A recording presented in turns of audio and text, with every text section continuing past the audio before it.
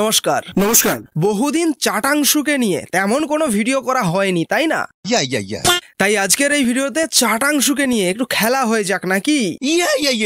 দেখো ভাই, যে নিজেকে নিজে চটি চাটা বলে, আমি তো গর্ব করে চটি চাটি, আমার কোনো অসুবিধা নেই। বাংলার চটির অসাধারণ স্বাদ, আমরা বাংলার চটি চাটবো। তাকে আমরা যদি চটি চাটা বলি তাহলে আশা করি রাগ করবে না, তাই না? তো চলো এই চটি চাটা চাটাংশু বর্তমান সময়ে কাকদ্বীপের ঘটনাকে ঘিরে ঠিক কি বলছে একটু দেখবো, শুনবো আর কিছুটা ক্রিটিসাইজ করার চেষ্টা করব। তো চলো ভিডিও শুরু করা যাক। মা কালীকে পুলিশ প্রিজন ভ্যানে তুলছে, এই দৃশ্য এবং তার সঙ্গে মা কালীর মূর্তি ভাঙা দেখার পর থেকে শুরু হয়ে গেল হই হই। ফেসবুক জুড়ে অসংখ্য মানুষ এই ভিডিও শেয়ার করলো, পোস্ট করলো এবং বিজেপি তৈরি করে দেওয়া ন্যারেটিভে পা দিয়ে প্রচার করা শুরু করলো। জেহাদি মুসলিম তাদের হাতে ভাঙা পড়েছে কাকদ্বীপে মা কালীর মূর্তি। না ভাই, সবকিছুই ঠিক আছে, মা কালীর মূর্তি ভাঙা হয়েছে কিংবা সেই ভাঙা মূর্তিকে প্রিজন ভ্যানে তোলা হয়েছে, না মানে প্রশাসন যেটা ভালো বুঝেছে সেটা করেছে। কিন্তু চাটাংশুর কথা মতো বিজেপির সেট করে দেওয়া ন্যারেটিভ, বিজেপি তৈরি করে দেওয়া ন্যারেটিভে পা দিয়ে প্রচার করা শুরু করলো। না মানে বিজেপি এখানে কি ন্যারেটিভ সেট করলো? বিজেপি কি বলেছিল নাকি মা কালীর মূর্তি ভাঙতে, নাকি বিজেপি গিয়ে মা কালীর মূর্তি ভেঙেছে? বিজেপি তৈরি করে দেওয়া ন্যারেটিভে পা দিয়ে প্রচার করা শুরু করলো।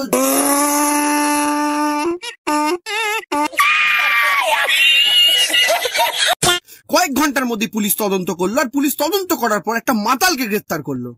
তখন তিনি মাল খেয়েছিলেন, তখন যিনি মদ্যপ অবস্থায় ছিলেন। তার নাম কি? নাম হচ্ছে নারায়ণ হালদার। না মানে সবকিছুই ঠিক আছে, প্রশাসন তার কাজ করছে, যে এই খারাপ কাজটা করেছিল তাকেও গ্রেপ্তার করা হয়েছে। কিন্তু আমি শুধু এটাই ভাবছি, এই চটি চাটা চাটাংশু কেন এইভাবে সোশ্যাল মিডিয়াতে এসে এটার বর্ণনা দিতে বসেছে? তার কারণটা কি আপনারা বুঝতে পারছেন একটু আদ্রু? আমি বলে দিচ্ছি, আর ভিডিওটা যত এগোবে সেটা আপনারা আরো ভালো করে বুঝতে পারবেন। আসল ব্যাপারটা হয়েছে কি, এই চাটাংশুদের দুধেল গাইদের প্রতি একটা যে বিশেষ ভালোবাসা থাকে, সেই ভালোবাসাটা বর্ণনা দেওয়ার জন্যই একটু সোশ্যাল মিডিয়াতে এসে বর্ণনা দিতে বসেছে আর কি। আর যত ভিডিওটা এগোবে সেটা আরো ভালো করে তোমরা বুঝতে পারবে। তো চলো চাটাংশু আর কি কি বলছে একটু শুনি। আমি আপনাদের এই কথাটা আগেও বলেছি, আবারও বলছি, কোনো একটা ঘটনা ঘটার পর সেই ঘটনাটা প্রকাশ্যে না আসা অবধি যদি একটা তৈরি করে দেওয়া ন্যারেটিভে আপনি চলতে থাকেন, তাহলে কিন্তু এটা আমি বলতে বাধ্য হচ্ছি যে আপনারও মস্তিষ্ক কেউ কন্ট্রোল করছে, আপনি আর আপনার নিয়ন্ত্রণে নেই। এই চটি চাটা চাটাংশু বাংলার মানুষের উদ্দেশ্যে এটা বলছে যে বাংলার মানুষ নাকি বিজেপির সেট করে দেওয়া ন্যারেটিভে পা দিয়ে চলছে। বাংলার মানুষেরা নাকি নিজেদের নিয়ন্ত্রণে নেই, নিজেদের কন্ট্রোলে নেই, তাদেরকে নাকি অন্য কেউ কন্ট্রোল করছে। আমি বাংলার মানুষের কথা ছেড়েই দিচ্ছি, প্রথমে আমি এই চাটাংশুর কথায় আসছি। এই চাটাংশু কি আদৌ নিজের নিয়ন্ত্রণে রয়েছে, নিজের কন্ট্রোলে রয়েছে? যদি এ নিজের কন্ট্রোলে থাকে, কি করে একজন সুস্থ মস্তিষ্কের মানুষ এই কথাটা বলতে পারে যে আমি তো গর্ব করে চটি চাটি? আমি তো গর্ব করে চটি চাটি, আমার কোনো অসুবিধা নেই। বাংলার চটির অসাধারণ স্বাদ, আমরা বাংলার চটি চাটবো। না মানে ভাই, তোমরাই বলো, চটিটা কি আর চাটার জিনিস? এটা কি কোনো খাদ্যদ্রব্য? নিশ্চয়ই নয়। তাহলে কি করে বলতে পারে যে আমি গর্ব করে চটি চাটি? আমি তো গর্ব করে চটি চাটি, আমার কোনো অসুবিধা নেই। তাহলে এখান থেকে কি বোঝা যায়, এর কোনটা করা উচিত আগে? বাংলার মানুষকে জ্ঞান দেওয়া, নাকি নিজের মস্তিষ্ক ঠিক রয়েছে কিনা সেটা চেক করা? মূর্তি একজন সাধারণ মুসলমান কি করতে ভাঙতে যাবে বলুন তো? এই নাও, তোমরা এইবার বাড়ির থেকে ঝোড়া কোদাল এনে এই চাটাংশুকে একটু বোঝানোর চেষ্টা করো যে কেন দুধেল গাইরা মূর্তি ভাঙতে যায়। আশা করি এইবার আপনারা বুঝতে পারছেন যে চাটাংশু সোশ্যাল মিডিয়াতে যে এই ভিডিওগুলো করে ছাড়ছে, মানুষের কাছে বর্ণনা দিচ্ছে, কেবলমাত্র একটাই কারণ, দুধেল গাইদের সন্তুষ্ট করার জন্য। আশা করি সেটাও আপনারা বুঝতে পেরেছেন ভালো করে। একজন সাধারণ মুসলমান তিনি ঘুম থেকে উঠে মনে করলেন আজ আমার 4টে মূর্তি ভাঙার দরকার, তিনি মূর্তি ভেঙে দিলেন। আসলে আপনারা বাংলাদেশ বা পাকিস্তানে যে ঘটনাগুলো দেখেন, সেই ঘটনাগুলোকে বারবার আপনাদের চোখের সামনে তুলে ধরে বাংলার কোনো ঘটনার সঙ্গে সেগুলোকে তুলনামূলক বিশ্লেষণ করিয়ে আপনাদেরকে মেন্টালি একটা ঘোড়ার ঠুলি পরে হাঁটার মতো একটা ঠুলি পরিয়ে দেওয়া হয়েছে যে একই ঘটনার রিপিটেশন বোধহয় পশ্চিমবঙ্গে হচ্ছে। কিন্তু তার মধ্যে কতগুলো ঘটনা ক্রিয়েটেড, কতগুলো ঘটনা ম্যানুফ্যাকচার, সেগুলো কিন্তু আমি আপনি বুঝতে চাই না। মানে আমার তো মনে হচ্ছে আপনার একবার জিপটা দেখতে ইচ্ছা করছে, দেখাবেন? একবার জিপটা দেখতে চাই আপনার, কতটা মোটা আর কতটা পাতলা হয়ে গেছে। ভিডিওর ঠিক এই পোর্শন থেকে আমি আর খুব বেশি কথা বলবো না, আমি আপনাদেরকে চাটাংশুর বক্তব্যগুলোকে আপনাদের সামনে তুলে ধরছি। আপনারা একটু মন দিয়ে কথাগুলো শুনুন, ঠিক কি বলছে একটু মন দিয়ে শুনবেন। আসলে আমরা বারংবার এরকম কাজ করতে করতে একটা নির্দিষ্ট সম্প্রদায়ের মানুষকে হীনমন্যতায় ভোগাচ্ছি দিনের পর দিন। আপনি কল্পনা করুন, আপনি একটা বাড়িতে আছেন, আপনি বয়সে ছোট, বাড়িতে যা কিছু হচ্ছে সবকিছুতে আপনার নামে দোষ পড়ছে। দিনের পর দিন এই জিনিসগুলো সহ্য করতে করতে আপনার মানসিক পরিস্থিতি কি হতে পারে? তাহলে কি বুঝতে পারলেন, দুধেল গাইদের কতভাবে কত প্রকারে সন্তুষ্ট করা যায় সেটা এই চাটাংশুকে না দেখলে বোঝা যেত না। যাই হোক, আরো শুনবো কি বলছে। যে রাজ্যে বিরোধীরা ক্ষমতায় এবং বিজেপিকে ক্ষমতায় আসতে হবে তার আগে ওয়েল স্ক্রিপ্টেড এই ধরনের ঘটনাগুলো প্রতিনিয়ত বিভিন্ন জায়গায় ঘটানো। চাটাংশুর মতে এগুলো নাকি ওয়েল স্ক্রিপ্টেড, বিজেপি নাকি স্ক্রিপ্ট করে এগুলোকে ঘটাচ্ছে বিভিন্ন জায়গায়। বাই দ্য ওয়ে, আপনাদের কি মতামত অবশ্যই একটু কমেন্টের মধ্য দিয়ে জানাবেন, অবশ্যই জানাবেন। এখন আপনি বলবেন, দাদা তাহলে পুলিশ কেন প্রিজন ভ্যানে মা কালীর মূর্তি তুললো? আপনারা জানেন না কেন তুললো?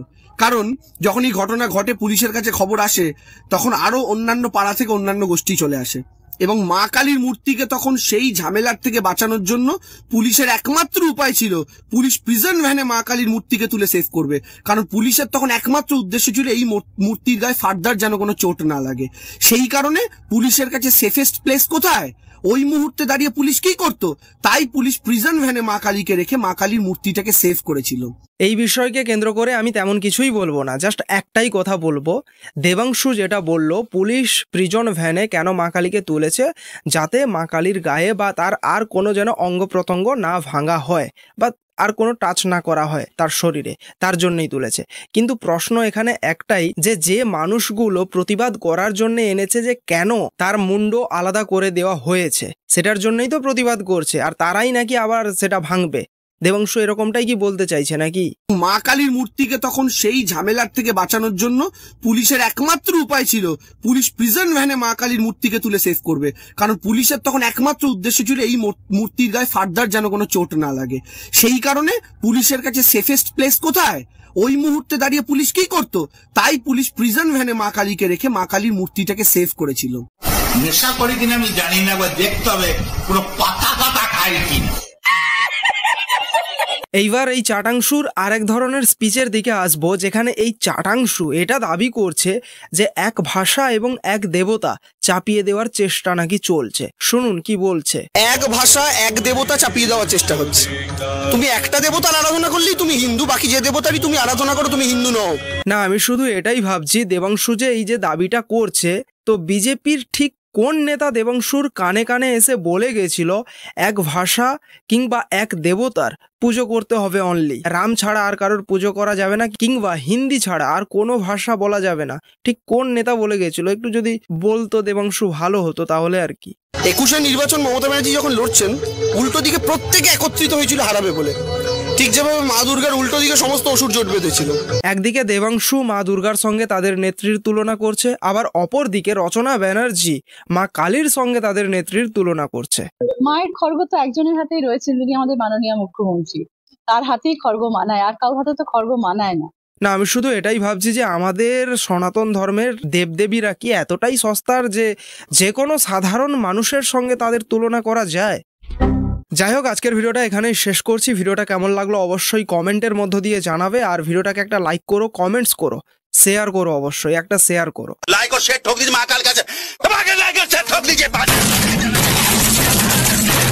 তো দেখা হচ্ছে নেক্সট ভিডিওতে। জয় হিন্দ।